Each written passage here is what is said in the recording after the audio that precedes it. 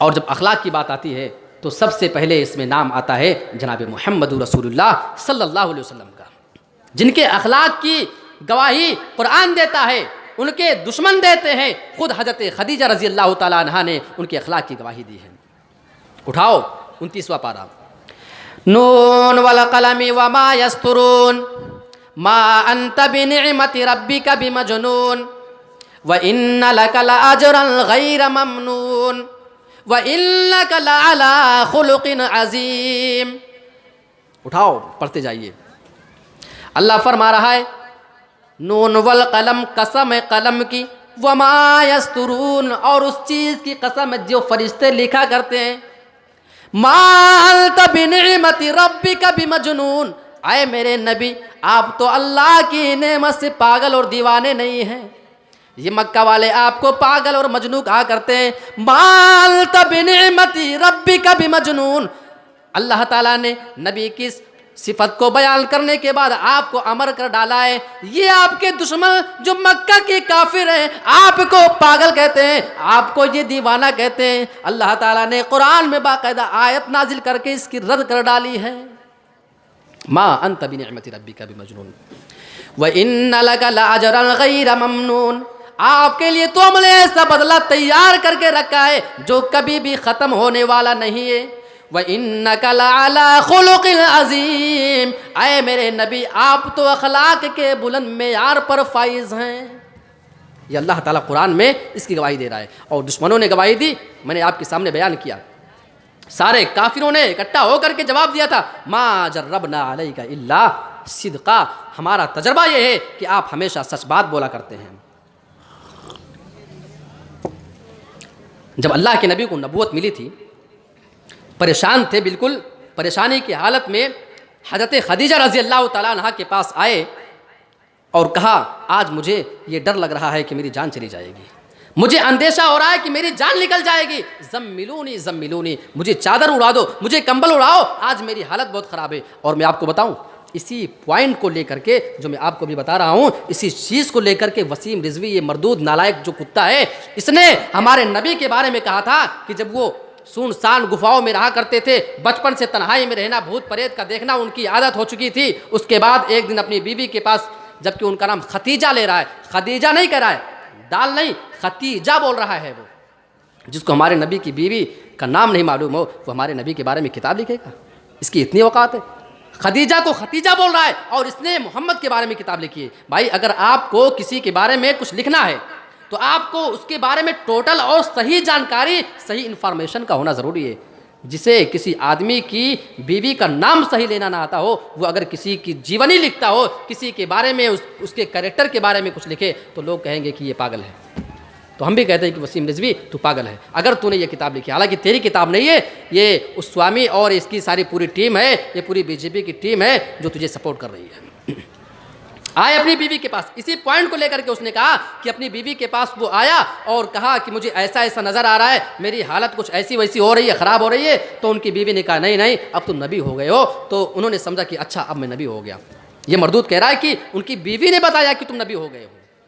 ये गुमराह करने की कोशिश की जा रही है। लेकिन मैं मुसलमानों आपसे गुजारिश करता हूँ और सारे मुसलमानों को ये पैगाम देना चाहता हूँ कि आपको जोश में नहीं होश में आने की ज़रूरत है, क्योंकि इनका मकसद यही है। ये चाहते हैं कि आप जोश में आओ, उल्टा सीधा कदम उठाओ, दंगा फैले और खून खराबा हो। इनको तो कुछ होगा नहीं, हम और आप मारे जाएंगे, हमारे हिंदू भाई मारे जाएंगे। हम किसी को क्यों मारे, हम किसी के साथ इख्तिलाफ क्यों करें, हमारी दुश्मनी जिससे है उससे जो हमारे नबी को गाली दे।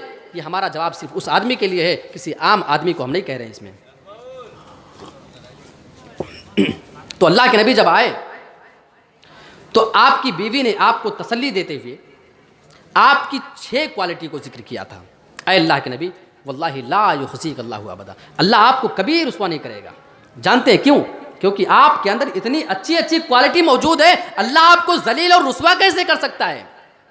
सबसे पहली चीज़, और मुसलमानों आज हमारे अंदर नबी के अंदर पाई जाने वाली वो क्वालिटी जो नबी के अंदर पाई जाती थी, हम मुसलमानों से रुखसत हो चुकी है। इन्नका लतसिलुर रहीम, आए मेरे आका, आए मेरे नबी, आपकी क्वालिटी ये आप तो सिला रहमी किया करते हैं, अपनों के साथ, गैरों के साथ, सबके साथ आप अच्छा सलूक किया करते हैं। इतनी ज़्यादा अच्छी अच्छी क्वालिटी आपके अंदर पाई जाती है, आपको अल्लाह ताला फिर जलील कैसे कर सकता है? अच्छा, एक नुक्ता बताऊं, इससे यह पता चलता है कि अगर कोई आदमी इन 6 चीज़ों को अपने अंदर पैदा कर ले तो अल्लाह ताला उसे ज़िल्लत से बचा लेगा। यह भी एक नुक्ता इससे निकलता है, एक इस्तिंबात इस हदीस से निकलता है।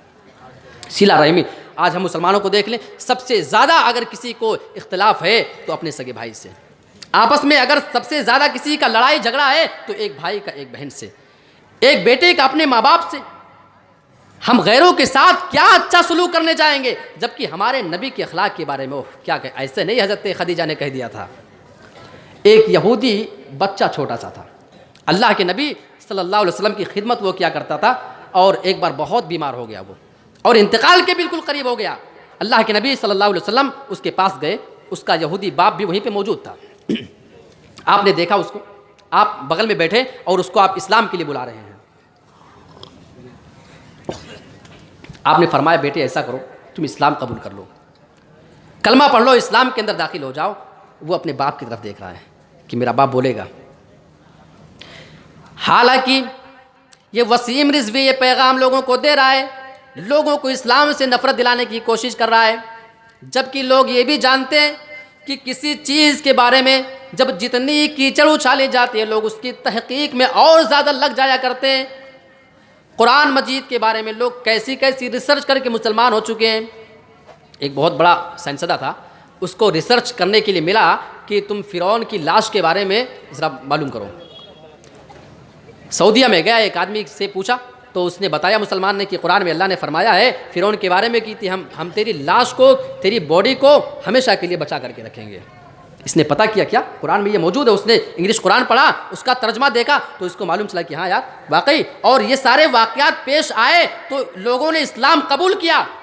तो मुझे खुशी है कि तुझ जैसे मरदूद जब इस्लाम के ख़िलाफ़ आग उगलेंगे, जबकि तेरा कोई धर्म नहीं है, तुझे कोई अपने धर्म में शामिल मानने को तैयार नहीं है। अच्छा हुआ कि तूने जीते जी ऐलान कर दिया है कि मुझे कब्रिस्तान में दफनाया ना जाए, मुझे शमशान घाट में जला दिया जाए। और जलाए कौन? यही सरस्वती जिसकी तू आज पैर चूम रहा जा करके। तो ठीक है, तू अच्छा ही बोल रहा है, तू उसी का हकदार है। अल्लाह करे तू जल्दी गारत हो जाए और दुनिया तेरी इस इबरत वाले पैगाम को देखे।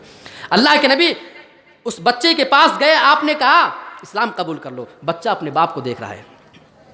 उसके बाप ने कहा कि ठीक है, मोहम्मद जो बात कह रहे हैं तो मान लो।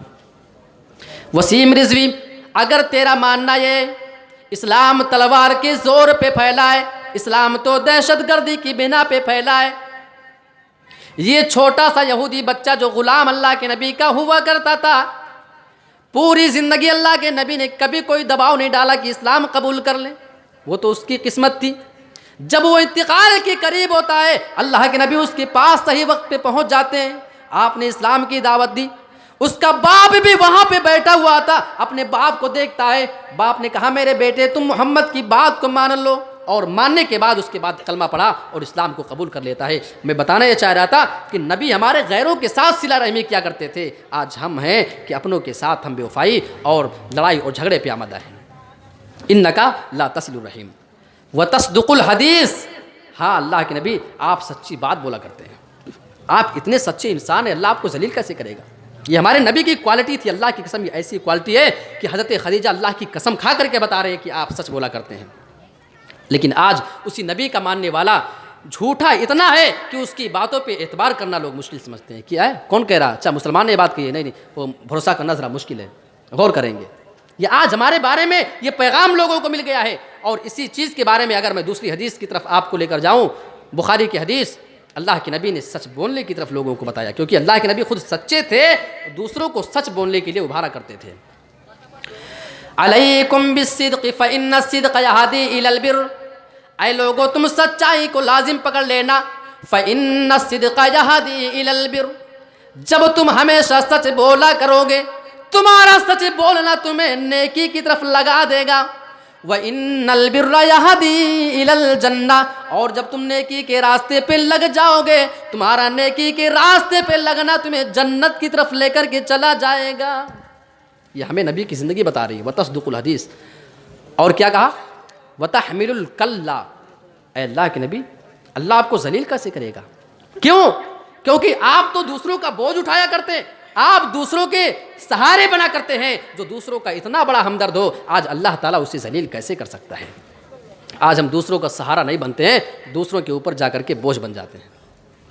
वतक्सिबुल मादूम, ऐ अल्लाह के नबी, आप लाचारों को, फ़कीरों को, यतीमों को, मिस्कीनों को, जो मजबूर लोग हुआ करते हैं, आप उनको कमा करके खिलाया करते हैं।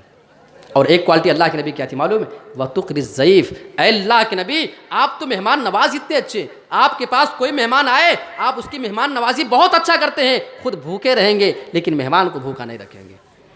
हमारे यहाँ आपका जो सिस्टम आजकल है, किसी के यहाँ मेहमान आ जाए, अगर घर में पता चल जाए कि अभी आ जाए तब तो ठीक है। मालूम है ना, एक तरीका होता है, मेहमान आएगा, अगर दोपहर में पहुँचा है तो दोपहर में देसी मुर्गे का गोश्त भी रहेगा और मटन भी रहेगा, हो गया तो अंडे की कुछ भुज्जी भी बन जाएगी, सब कुछ रहेगा। और जैसे ही बीवी को पता चलेगा कि शाम को भी रुकने वाला है, अब उसमें से एक आइटम गायब हो जाएगा, सिर्फ अब चिकन रह जाएगा या सिर्फ मटन रह जाएगा। अभी तो बीवी इस इंतजार में होगी कि अच्छा ठीक है सुबह चला जाएगा बेचारा। लेकिन अगर ये पता चला गया कि सुबह का नाश्ता भी करना चाय के साथ साथ, फिर तो मत पूछिए, सिर्फ रोटी और सब्जी। यानी कि उसकी मेहमान नवाजी में हमारे यहाँ कमी आती जाएगी। हमारे अंदर सिर्फ ये है कि आए इंसान एक टाइम रुके और चला जाए, जबकि इस्लाम के अंदर 3 दिन इंसान को मेहमान माना गया है। और बहुत सारे बेशरम मेहमान भी होते हैं बेचारे, वो आ जाएंगे तो जाने का नाम नहीं लेंगे। तो भाई इस्लाम का ये कानून है, आए अगर आप रुके 3 दिन से ज़्यादा तो फिर आपकी मेहमान नवाजी ख़त्म। अब आपके सामने वही चीज़ पेश की जाएगी जो घर वाले मुकम्मल खाया करते हैं अपने तौर पे, एक दस्तूर के मुताबिक। तो बताना ये चाह रहा हूँ कि अल्लाह के नबी के बारे में बताया गया, ऐ अल्लाह के नबी, आप मेहमान नवाज बहुत ज़्यादा हैं, आप लोगों की मेहमान नवाजी क्या करते हैं। वतुक़रिज़ ज़ईफ़ वतुईनु अला नवाइबिल हक़, ऐ अल्लाह के नबी, आप तो हक़ के मामले में मदद किया करते हैं। कोई भी मामला पेश आ जाए, आपके सामने जब भी कोई मैटर पेश आता है, आप हमेशा उसी की तरफदारी किया करते हैं, उसी की तरफ अपना फैसला किया करते हैं। आपका झुकाव उसी आदमी की तरफ हुआ करता है जो हक बात पे हुआ करता है। आज हम मुसलमानों की हालत क्या है? हमारा फैसला उसके हक में जाएगा जो सोसाइटी का बड़ा आदमी होगा, हमारा फैसला उस आदमी के हित में जाएगा जो हमारा ज़्यादा करीबी होगा। जो हमारे हक में नहीं है उस आदमी के हक में हम फैसला नहीं कर सकते हैं। ये आज हमारा मामला है। नबी की ये खुसूसियत हज़रत खदीजा रज़ी अल्लाह ताला अन्हा ने बयान की थी इस चीज़ को लेकर के। तो मैंने आपके सामने बहुत सारे पैगामात रखे हैं। हिजरत से हमें पैगाम मिलता है कि एक दूसरे से मोहब्बत करें, अल्लाह के रास्ते में ख़र्चा करें। इसी तरीके से इस्लाम हमें एक दूसरे की गलती को माफ़ कर देने का जज्बा भी सिखाता है। अच्छा, माफ़ करने का जज्बा जो है, इस पर मैं सोच रहा हूँ कि एक वाक़या बहुत ज़बरदस्त है, वो आपके सामने पेश कर दूँ, इसलिए कि इससे आपको बहुत कुछ पैगाम मिलेगा। एक बार 2 बेटे, 2 लड़के नौजवान किस्म के थे। हज़रत उमर फ़ारूक रज़ी अल्लाह तआला अन्हु अमीरुल मोमिनीन थे, उनके पास आ गए और आकर के कहने लगे, अमीरुल मोमिनीन, एक आदमी की तरफ इशारा किया और कहा कि इसने हमारे बाप को कत्ल किया है। हज़रत उमर फ़ारूक ने उससे पूछा क्या बोल रहे हैं लोग? बोला ठीक कह रहे हैं, हमसे कत्ल हो गया इसके बाप का। हज़रत उमर फ़ारूक ने फरमाया जानते हो कि सज़ा क्या होगी? कहा जी जानता हूँ, कत्ल कर दिया जाएगा मुझे भी। फैसला हो गया वहीं पे फैसला, अब गवाह की ज़रूरत नहीं क्योंकि उस आदमी ने इकरार कर लिया है। अब उसके आगे जो मामला पेश आया, उस आदमी ने कहा अमीरुल मोमिनीन, मैं जानता हूँ कि मुझे कत्ल कर दिया जाएगा, लेकिन एक गुजारिश है, अगर आप माने तो पेश करूँ। बोले ठीक है। मरने वाले की हर तमन्ना पूरी की जाती है, एक ख्वाहिश पूरी की जाती है, चल बोल तेरी भी पूरी की जाएगी। उसने कहा अमीरुल मोमिनीन, वो फला जंगल बयाबान में मेरे छोटे छोटे बच्चे और मेरी बीवी है, उनको मैं अकेला छोड़ करके आया हुआ हूँ। मैं चाहता हूँ कि उनके पास जाऊँ और उनको अपनी मौत की खबर सुना करके मैं चला आऊँ। मैं 3 दिन की मोहलत आपसे लेना चाहता हूँ। हज़रत उमर फ़ारूक ने फरमाया, यहाँ पे अगर तेरी कोई ज़मानत लेने वाला है तो बता, कोई गारंटी दे कि तू 3 दिन के बाद वापस आ जाएगा। कौन गारंटी लेगा? तुझे कोई जानता नहीं है ना, कोई तेरा नाम पता जानता है, और आधार कार्ड का दौर तो था नहीं कि कहीं से भी बुला लेंगे, है कुछ भी नहीं था। कहाँ से बुलाएंगे तुझे? उसने कहा अमीरुल मोमिनीन, मेरी तो कोई यहाँ पे पहचान भी नहीं है। हज़रत उमर फ़ारूक पहले उन 2 नौजवान लड़कों की तरफ जाते हैं। आपने उनसे गुजारिश की, इस आदमी के छोटे छोटे बच्चे इसकी बीवी भी जंगल में, अगर इसे आज मार दिया जाएगा तो फिर इनकी बीवी बच्चों का कोई सहारा नहीं रह जाएगा, ऐसा करो कि माफ़ कर दो। नौजवानों ने कहा नहीं अमीरुल मोमिनीन, किसी कीमत पे हम इस आदमी को माफ़ करने को तैयार नहीं है। हम चाहते हैं कि हमारे बाप के कातिल को भी कत्ल किया जाए, हमारी नज़र के सामने इसकी गर्दन मार दी जाए, हमारी यही ख्वाहिश है। हज़रत उमर फारूक ने सवाल कर लिया, मजमा में सारे साहबा वहाँ पे मौजूद हैं, आपने सवाल कर लिया क्या तुम में से कोई आदमी इसकी ज़मानत देने को तैयार है? अगर कोई ज़मानत दे तभी जा पाएगा, वरना ऐसे नहीं छोड़ सकते हैं।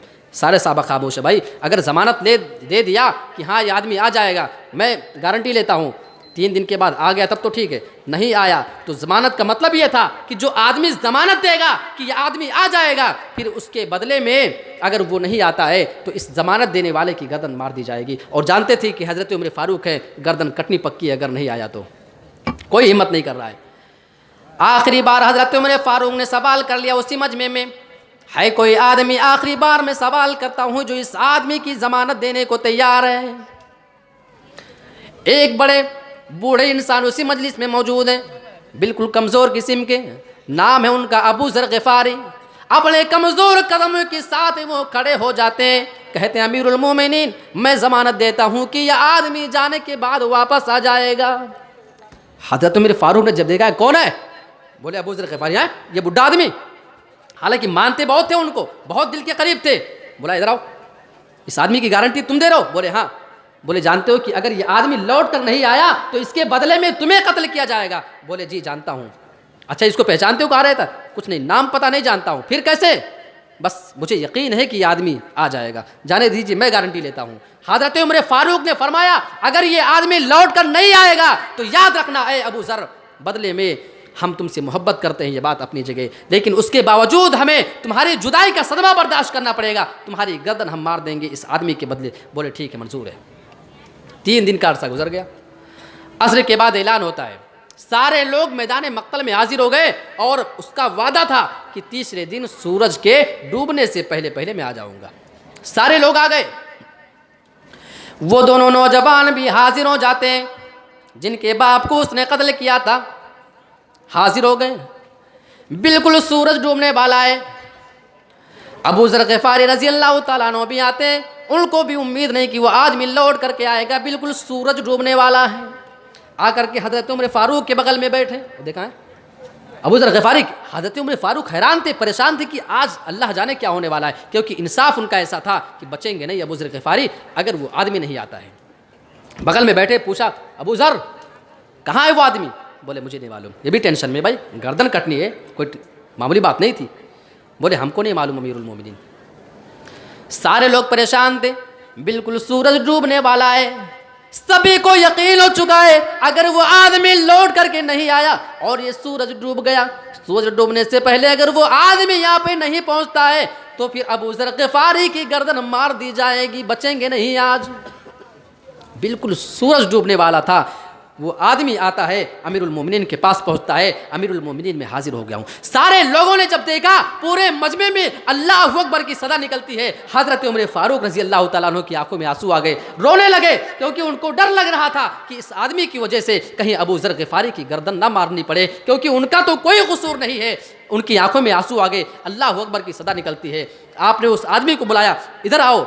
उस आदमी से पहले, सबसे पहले आपने अबू ज़र ग़िफ़ारी को बुलाया, इधर आओ। गारंटी देने की जुर्रत कैसे हुई थी तुम्हारी? पहचानते नहीं थे, अगर ये आदमी नहीं आता तो? हज़रत अबू ज़र ग़िफ़ारी ने फरमाया ऐ अमीरुल मोमिनीन, मुझे उम्मीद थी कि यह आदमी झूठ नहीं बोल रहा है, सच्चा आदमी है। अच्छा ये बताओ कि आज अगर किसी मुसलमान पे ऐसा भरोसा करना हो कि अगर ये आदमी नहीं आएगा तो मैं गारंटी देता हूँ कि मेरी गर्दन मार देना, तो कोई देगा गारंटी? बिल्कुल नहीं देगा, क्योंकि बिल्कुल एक पैसे का भरोसा करने के लायक किसी पे आजकल नहीं है। उन्होंने कहा मैंने इसकी पेशानी पे मोमिनों की निशानियां देखी थी, मुझे मालूम था कि यह आदमी मोमिन है और मोमिन आदमी कभी झूठ नहीं बोलेगा। आज हम भी हैं मोमिन, लम्हे लम्हे झूठ, कौन सा ऐसा घंटा हमारा गुजरता है जिसमें हम झूठ ना बोले हैं? अल्लाह के नबी की क्वालिटी है वतस्दुकुल हदीस है। अल्लाह के नबी आप हमेशा सच्ची बात बोला करते हैं, लेकिन आज हम मुसलमान हमेशा झूठी बात अपनी ज़बान से निकालने के आदी हो चुके हैं। आप उस कत्ल किए हुए आदमी के दोनों बेटों के पास गए, आपने सवाल किया नौजवानों अब तुम क्या कहते हो, इस आदमी को अभी माफ़ करूं या छोड़ दूं? उन नौजवानों ने रोते हुए जवाब दे दिया, आए अमीरुल मोमिनीन, इस आदमी की सदाकत की वजह से, इस आदमी की पासदारी को देख करके हमने इस आदमी को माफ़ कर दिया है। हमारे दिल में भी बदला लेने की भावना जाग रही थी, हम चाहते थे कि इस आदमी को कत्ल किया जाए, लेकिन आज यह आदमी अपने वादे पे पहुंच करके हजरत अबू ज़र ग़िफ़ारी की जान बचाता है। इसी बिना पे इस आदमी को हम माफ़ करते हैं, इसकी गर्दन ना मारी जाए। लास्ट में उनके पास गए जो आदमी लौट के आया था, ये बताओ हम में से तुम्हें कोई जानता भी नहीं था, न तुम्हारा कोई पीछा करने वाला पुलिस हमने भेजा था, अगर चाहते तो ना आते, क्योंकि आए हो तो गर्दन तुम्हारी नापी जाएगी, कत्ल हो जाओगे, ना आते तो तुम्हारा क्या कोई बिगाड़ लेता। उस आदमी ने जवाब दिया, अमीरुल मोमिनीन, मैं आपके डर से थोड़ी आया हूँ, जानता हूँ कि मेरे पास कोई सिपाही मेरे पीछे नहीं भेजा गया था, अगर मैं आया हूँ तो अल्लाह रब्बुल आलमीन की वजह से आया हूँ कि वो ज़ात हमें देख रहा है, मैं उस ज़ात की इस तवक्कुल पे कभी अपने आप को हमेशा खड़ा उतारना चाहता हूँ, और ये मैं अपने जहन में लेकर के आया हूँ कि अगर मैं नहीं आऊँगा तो बाद में लोग ये ताना देना शुरू कर देंगे, ये बोलना शुरू कर देंगे कि देखो आज एक मुसलमान वादा खिलाफ हो चुका है, मुसलमानों के दरमियान से वादा खिलाफ़ी ख़त्म हो चुकी है, वादा खिलाफ़ी आ गई है, वादे की कोई पासदारी मुसलमानों के अंदर नहीं रह गई है। इस वादे को निभाने के लिए मैं आपके पास हाजिर हो गया हूँ। तो मेरे प्यारे साथियों, ये कुछ पैगामात थे जिसको मैंने आपके सामने रखा है। लगभग 2 घंटा हो गया है। अल्लाह रब्बुल आलमीन से हम दुआ करते हैं कि परवरदिगार कही गई बातों पर सबसे पहले मुझे, उसके बाद आप तमाम हजरात को अमल करने की कोशिश करने की तौफीक अता फरमाए। परवरदिगार आलम, ये वसीम रिजवी, नरसिंगा, राम सरस्वती या जो भी ये मरदूद है, इसका मैं नाम ठीक से नहीं लेना चाहता हूँ, इस मरदूद को जो इसके तलबे जा करके चाट रहा है और हमारे इस्लाम के ऊपर आए दिन कीचड़ उछाल रहा है, खुल करके बोल रहा है, इसका कोई कुछ बिगाड़ने वाला नहीं है अभी फ़िलहाल, क्योंकि हुकूमत इसके साथ है, सारी ताकत इसके साथ है। ऐसे मौके पे हम मुसलमानों को सब्र से और हिकमत से काम लेने की तौफीक अता फरमा। हम मुसलमान आज बहुत जल्द सोशल मीडिया पर, फेसबुक पर, व्हाट्सएप पर अपने जज्बे का इजहार करना शुरू कर देते हैं। मेरे भाइयों, हमारा वो मैदान नहीं है। हमें अपने आप को हर मामले में, सबसे पहला पैगाम जो मेरा आज मौजू था, हिजरत रसूल का पैगाम, सबसे पहला पैगाम तो हमें उससे यह मिलता है कि एक मुसलमान हर काम अपनी तदबीर के मुताबिक किया करता है। बग़ैर तदबीर के, बग़ैर हिकमत अमली के हम कोई काम नहीं करेंगे। हमें उसके ख़िलाफ़ कदम उठाना है। हमें सारे लोगों को एक होना पड़ेगा, क्या अहले हदीस, क्या देवबंदी, क्या बरेलवी, क्या शाफ़ी, क्या मालिकी, बग़ैर किसी तफरीक़ मसलक के। और मैंने आपको ये भी बताया है कि हमें ये पैगाम भी हिजरत रसूल से मिलता है कि हम मुसलमानों को एक हो करके रहने की ज़रूरत है। आज गैरों को मालूम है, गैरों को मालूम है कि ये मुसलमान एक नहीं है। आज उन्हें हमसे ज़्यादा मालूम है कि कौन शिया है, कौन सुन्नी है, कौन शाफ़ी है, कौन मालिकी है, कौन अहले हदीस है। मेरे भाइयों, वो दौर गया जब एक दूसरे से मुनाजरे के लिए चैलेंज किया करते थे। आज तो हिंदुस्तान में हाल ये है कि हमें और आपको यहाँ से बेदखल किए जाने की पूरी प्लानिंग हो रही है। NRC की शक्ल में, CAA की शक्ल में हम मुसलमानों को जब नपेंगे तो सभी नपेंगे। न उसमें अहले हदीस देखा जाएगा, ना देवबंदी देखा जाएगा, ना बरेलवी देखा जाएगा। बस देखा जाएगा तो सिर्फ आपका नाम देखा जाएगा।